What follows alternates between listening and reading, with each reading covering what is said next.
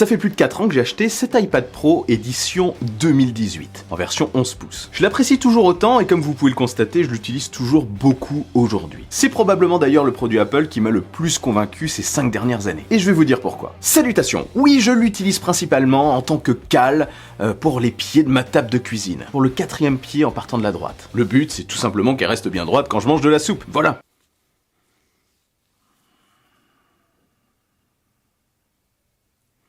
L'iPad Pro de 11 pouces que j'utilise est une petite merveille, non pas en tant que cale-porte ou cale-table ou je ne sais quelle cale, mais parce que son petit format me permet de l'avoir partout avec moi. C'est clairement devenu mon ordinateur nomade de référence. Je l'utilise pour des tâches classiques du quotidien, du divertissement, etc., mais aussi beaucoup pour travailler, pour des tâches semi-pro on va dire. Le combo que j'utilise c'est donc iPad Pro 2018 de 11 pouces, en 256 Go de stockage, accompagné de son Magic Keyboard, son clavier housse, qui a des petits soucis, mais qui reste très intéressant pour moi, et bien évidemment de son Apple Pencil, de 2e génération. C'est personnellement la configuration qui me convient le mieux, mais ça ne sera peut-être pas le cas pour vous. Et c'est ça qui est intéressant au niveau de l'iPad, c'est qu'il est personnalisable grâce à des accessoires en fonction de nos besoins. Peut-être pas besoin de clavier, vous n'avez peut-être pas besoin de pencil, même si je trouve qu'il est quand même assez important pour ce produit. Mais bref, chacun peut s'adapter à ses besoins. Bon après, comme je le disais, le clavier, il manque un peu d'inclinaison à mon goût, hein.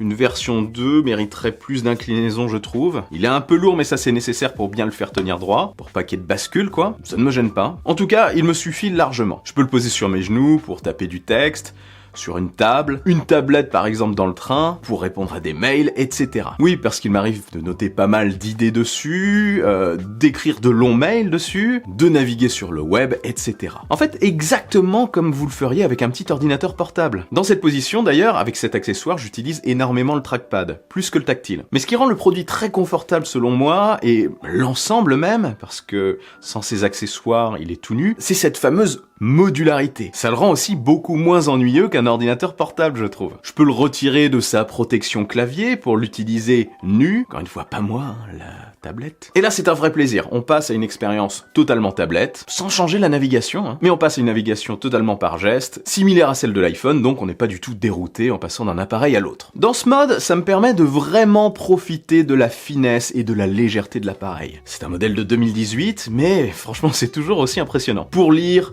pour regarder des vidéos, c'est un régal. Je veux jouer un petit peu sur le xCloud de Microsoft ou à autre chose, je veux regarder un film en le posant sur un support, eh bien je saisis le clavier, je le remets magnétiquement, et c'est parti, n'importe où, quand je veux. Tant qu'il y a une bonne connexion évidemment. Ah oui, j'ai le modèle Wi-Fi, parce que je peux partager la connexion de mon iPhone. Le modèle cellulaire n'est pas un besoin du tout pour moi. Mais ce n'est pas tout, comme je le disais, il n'y a pas que le clavier, l'Apple Pencil 2 est pour moi totalement indispensable. Je l'utilise au quotidien pour griffonner des idées, par-ci par-là, pour annoter des documents, pour retoucher plus précisément des photos, pour faire quelques petits détourages sur Photoshop. Oui, le détourage peut être automatique, mais pour finaliser un détourage, je trouve que c'est super ludique d'utiliser directement un crayon, comme on le ferait sur une feuille. En fait, j'adore tout simplement cette simplicité et le fun du produit, qui, je trouve, ne vieillit pas du tout. Et c'est toujours ce que je recherche, moi, dans la tech. Simplicité et confort d'utilisation, tout en alliant tout ça avec un petit peu de fun. Un petit soupçon de fun dans l'ensemble. Je veux pas m'ennuyer, quoi. Donc ce pencil, il est super facile à utiliser, il se synchronise automatiquement avec l'iPad, il se recharge directement sur la tranche de l'iPad. Quand j'ai fini d'utiliser,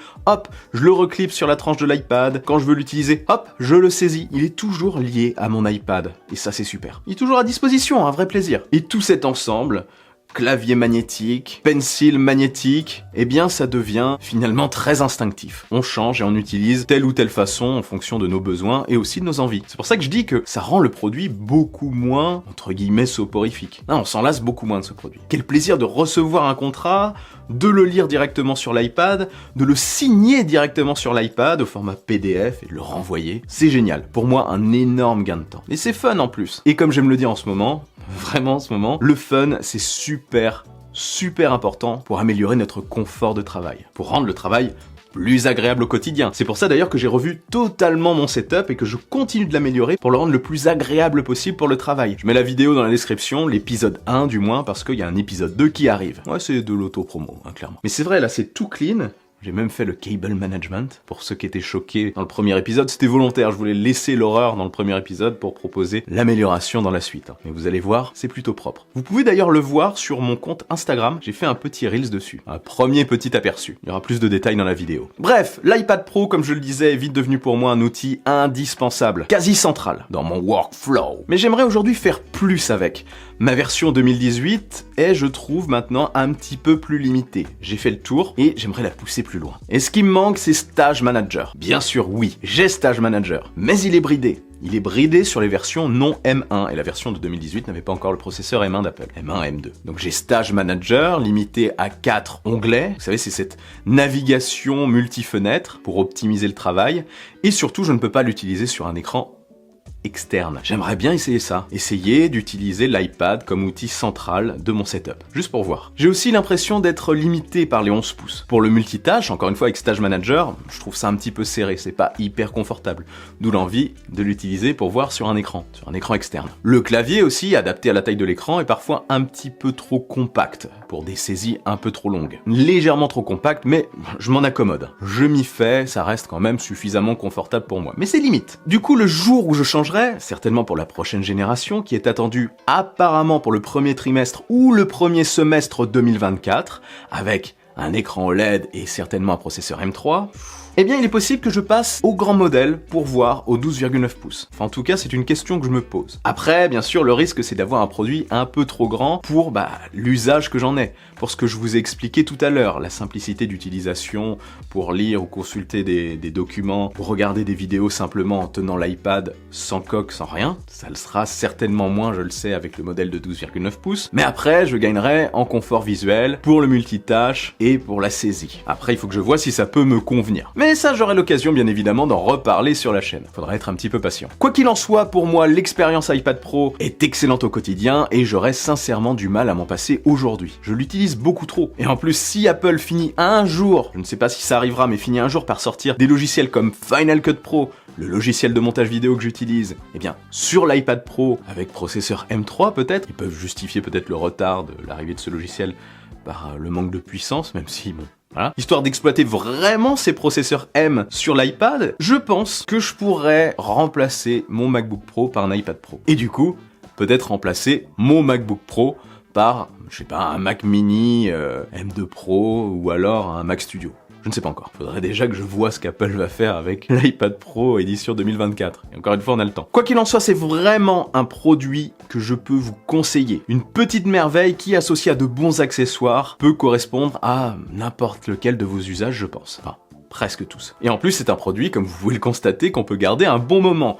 Moi, j'ai acheté cet iPad Pro début 2019. Je vous en avais d'ailleurs déjà parlé sur la chaîne, enfin directement lors de l'achat. Donc c'est un produit qui a une longévité assez folle. C'est cher, mais vous le garderez longtemps. Le mien ne souffre clairement d'aucun ralentissement aujourd'hui. Et sa batterie tient toujours le coup. Suffisamment en tout cas, je trouve. Enfin, pour ce que j'en fais. Si je change, ce sera clairement soit pour de nouvelles fonctionnalités, les fonctionnalités dont je vous ai parlé tout à l'heure, soit pour un écran plus grand. Ou pas, hein. Peut-être que je resterai sur le 11 pouces. Il est quand même pas mal le 11 pouces. J'utilise aussi beaucoup la continuité d'ailleurs avec l'iPad. Je prends une photo avec l'iPhone ou avec mon appareil photo, mon Lumix S5 qui filme là. Je l'envoie sur l'iPad ou je synchronise avec iCloud si c'est pris avec l'iPhone. Je retouche la photo, je me l'envoie sur Mac via AirDrop ou Synchro iCloud encore une fois. Et pareil pour les documents, etc. Non, franchement c'est un véritable régal dans l'écosystème. Une tuerie. Je commence à écrire une note sur le Mac, je peux la continuer sur l'iPad et vice versa, et sur l'iPhone. Enfin, ce n'est qu'un exemple parmi tant d'autres. C'est un super outil de productivité pour moi. Retouche photo, Photoshop, enfin, franchement,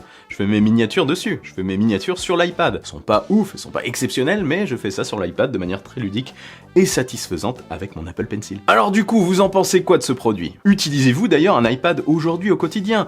Peut-être que vous avez utilisé un iPad par le passé, mais il a beaucoup évolué l'iPad. Et si vous en utilisez un, pourquoi? Pour quelle tâche? Plutôt du divertissement? Pour le travail? Franchement, j'aurais adoré avoir ça pendant mes études à la fac. Ça aurait été un outil parfait, alliant prise de texte et prise de notes manuscrites. D'ailleurs, tant que j'y pense, si vous ne savez pas aujourd'hui quel iPad choisir, j'ai fait une vidéo très récemment sur le sujet qui s'appelle Quel iPad choisir? Oui, c'est très original, mais au moins on sait de quoi ça parle. Et je la glisse dans la description si ça vous intéresse, en bas là. Bref, avant de partir, n'oubliez pas le bon pouce en l'air qui claque, l'abonnement de soutien qui fait toujours super plaisir. Je suis aussi sur les réseaux sociaux, actif sur Instagram et sur Twitter en ce moment. Hein. Ouais, je m'active un petit peu sur ces réseaux. Vive la technologie, vive le futur, et rêvez les amis.